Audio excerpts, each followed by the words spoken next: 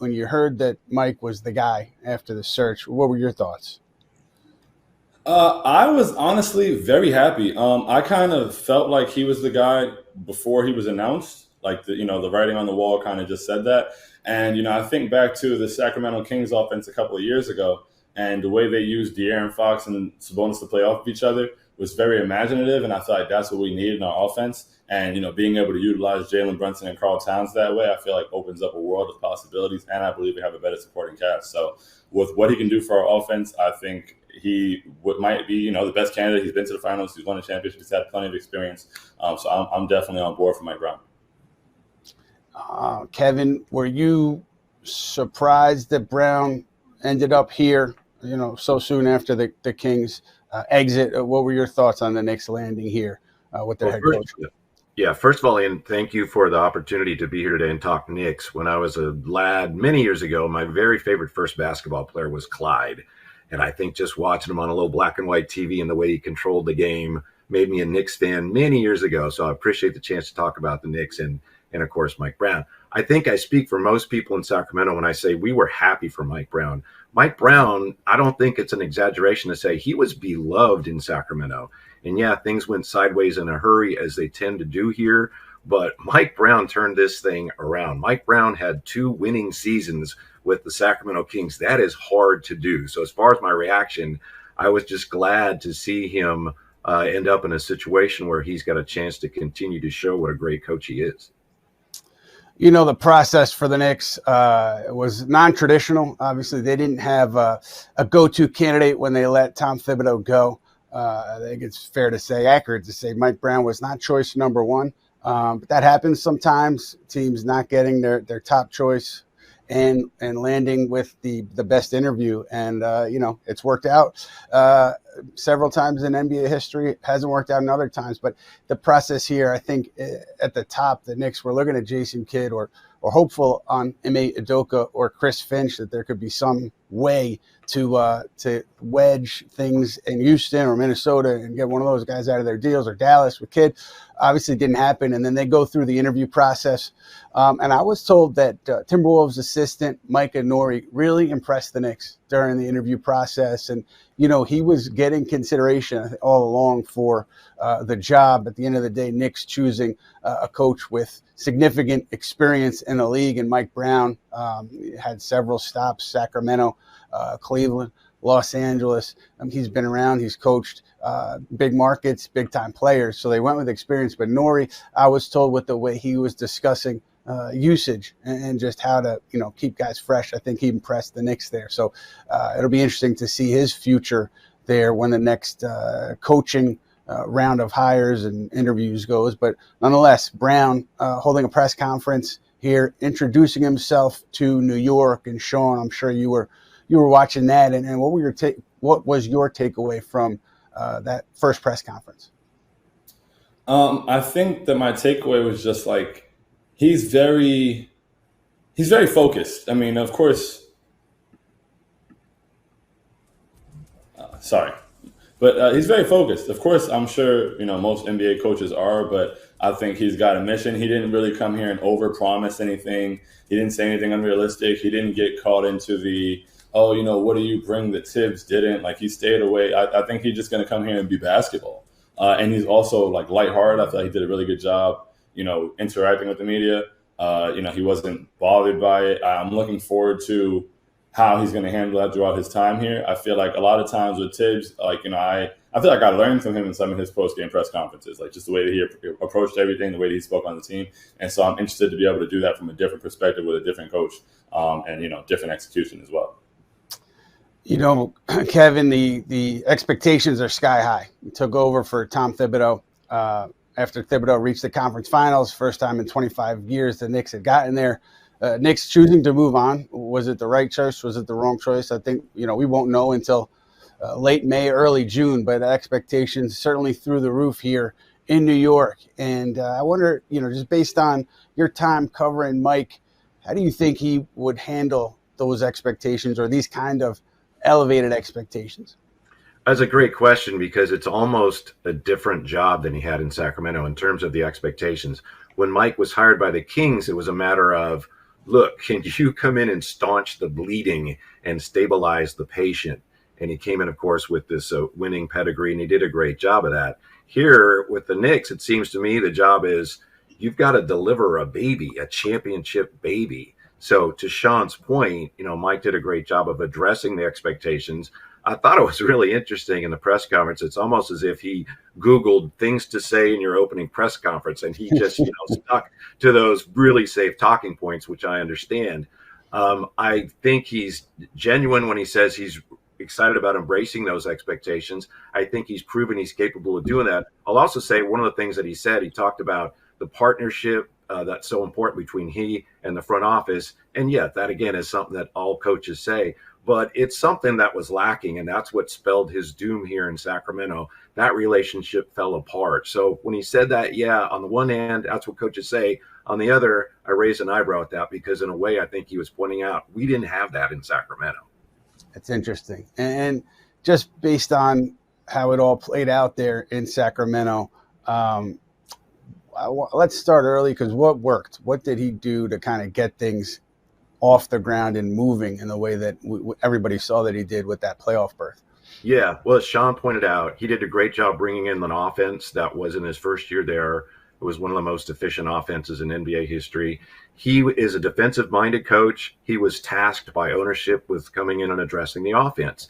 So Mike Brown came in and he brought a lot of components from the Warrior offense that he'd worked with for so long, a lot of DHO stuff, and even had Domantas Sabonis in almost a Draymond Green type role, running the offense through him and also bringing the ball up. And I think that caught the rest of the league off guard to a degree. They also shot the ball really well that year, and that's one of the issues they had in the ensuing years. They just didn't shoot the ball as well.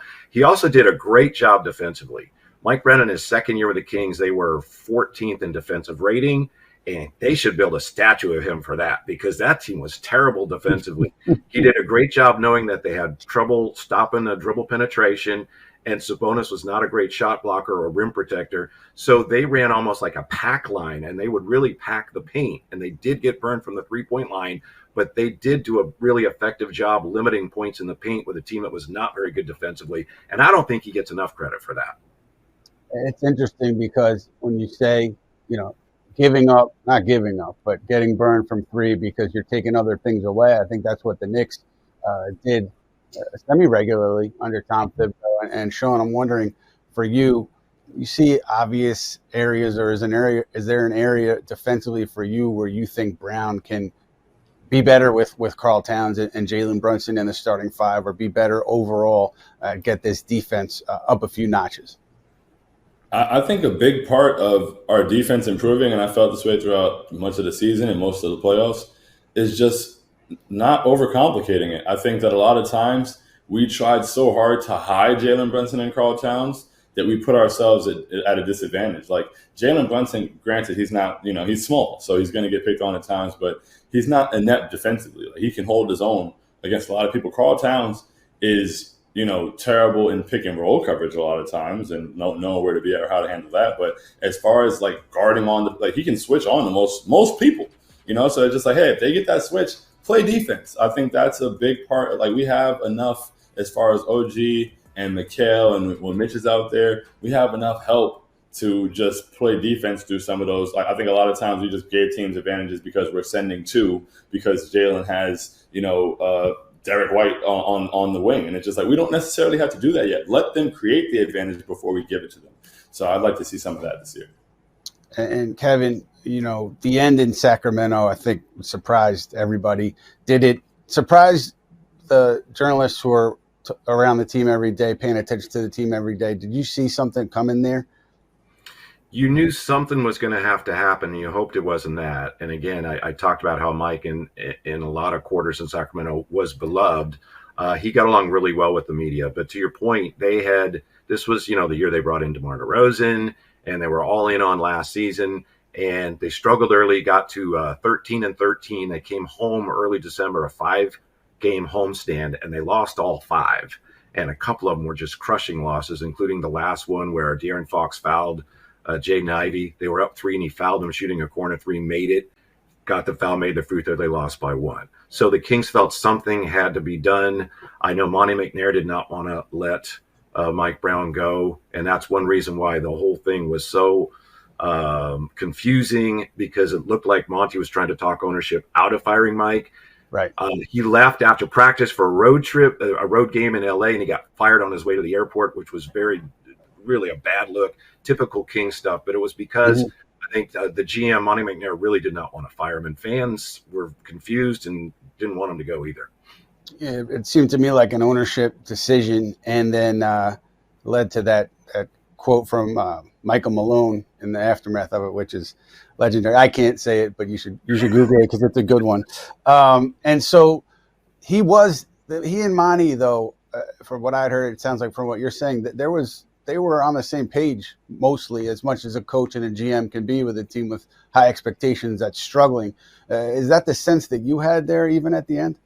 It's hard to tell because Monty became obviously the voice of ownership, and it gets back to this whole issue of Mike Brown being a defensive-minded coach and ownership being more concerned about offense. So you would have this literally happened. Monty would meet with the media and people would ask about defense, and he would say, the defense just has to be good enough. The offense is what we're concerned with. And that was against Mike Brown's philosophies. Mike Brown talked openly after a loss to New Orleans. He said, if we think that we're going to beat teams by outscoring them in the playoffs, we've got another thing coming. And he said, and there are people among us who think that's the case. And I think he was talking about the owner. So to answer your question, I think Monty was caught a little bit in between the crossfire between the coach and the owner. And I think Monty ultimately did want to keep Mike Brown around.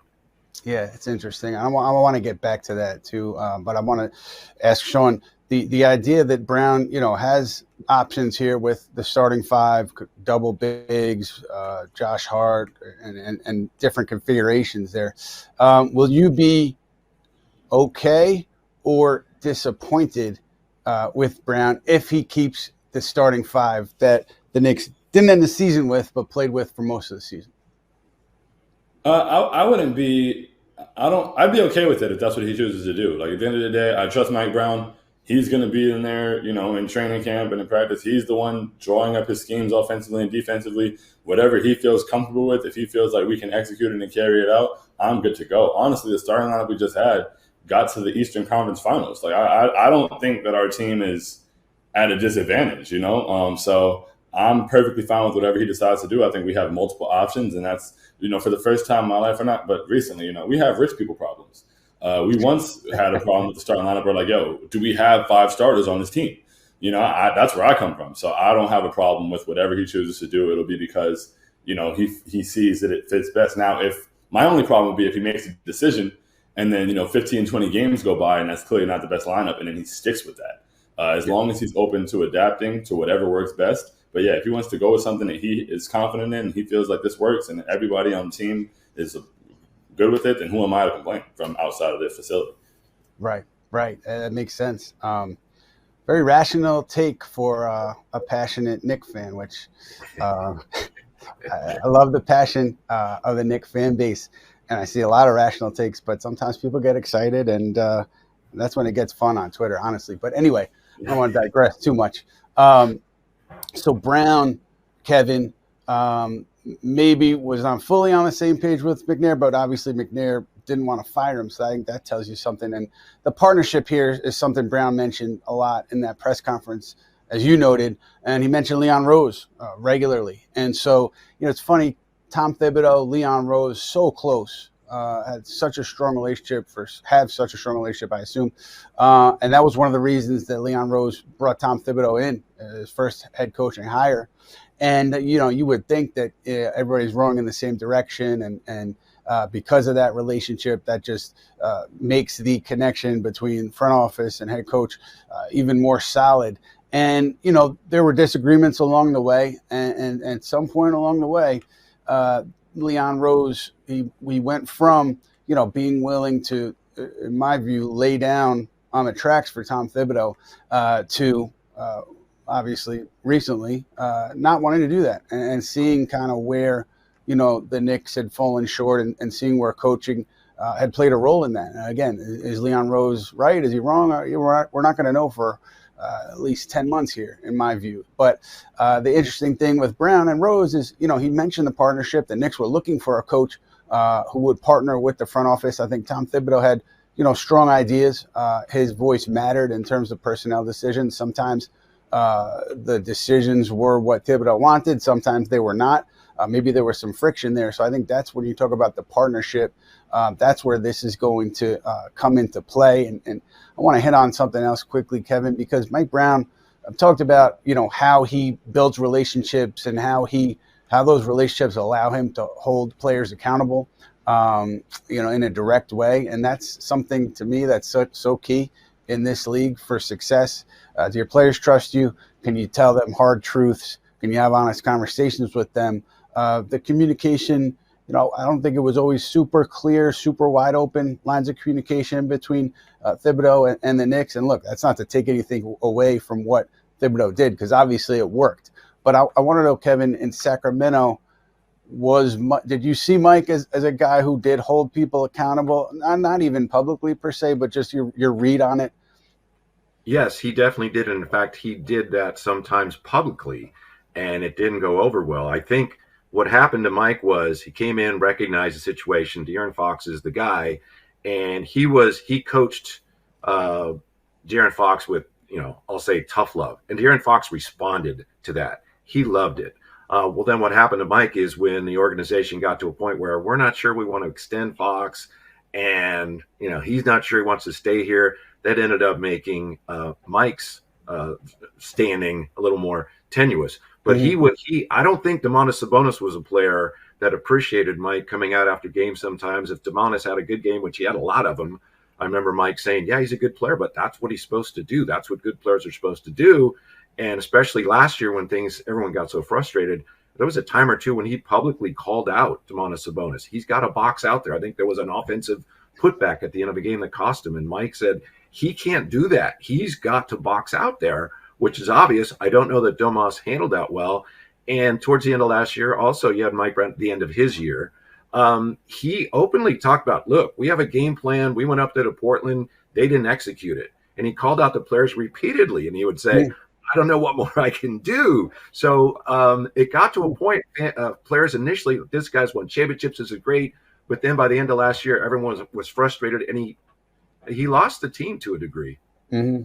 Mm-hmm. Yeah, it's such a delicate balance, and it's so interesting to me how that all plays out. I've seen different iterations of head coaches and front offices here covering the Knicks for a while, and it's always so important. And it's going to be interesting because I think the Knicks, they have a good locker room, but if Mike Brown, is critical of players in post-game press conferences, that's going to get a lot of attention, as I'm sure it did in Sacramento. It's going to get a lot of attention in New York. How do the players react to that? Is there enough trust in that relationship between Brown and that specific player where he can do that and the player responds well? It's something that's behind the scenes that, as a reporter, you can kind of get a feel for it, but you don't really know until you know. And it's just something that I'm going to keep an eye on closely. Also, Tom Thibodeau rarely criticized the Knicks players individually, ever, really. Rarely criticized players. So I'm wondering if Brown is going to continue to do that here in New York, or if he'll take another approach. But I want to – if I may, pardon me, but I think my sense was that one of the reasons Mike did that is because he was just running out of things to try. And I think it was almost a desperate attempt to try to get somebody's attention. I don't think he's given to that. He came from the Warriors, and Steve Kerr never did that. So my sense is that one of the reasons he was so vocally criticizing players is because he just didn't know what else to try. I see. So it wasn't his first, initial approach. It was something that he went to. That's an important distinction.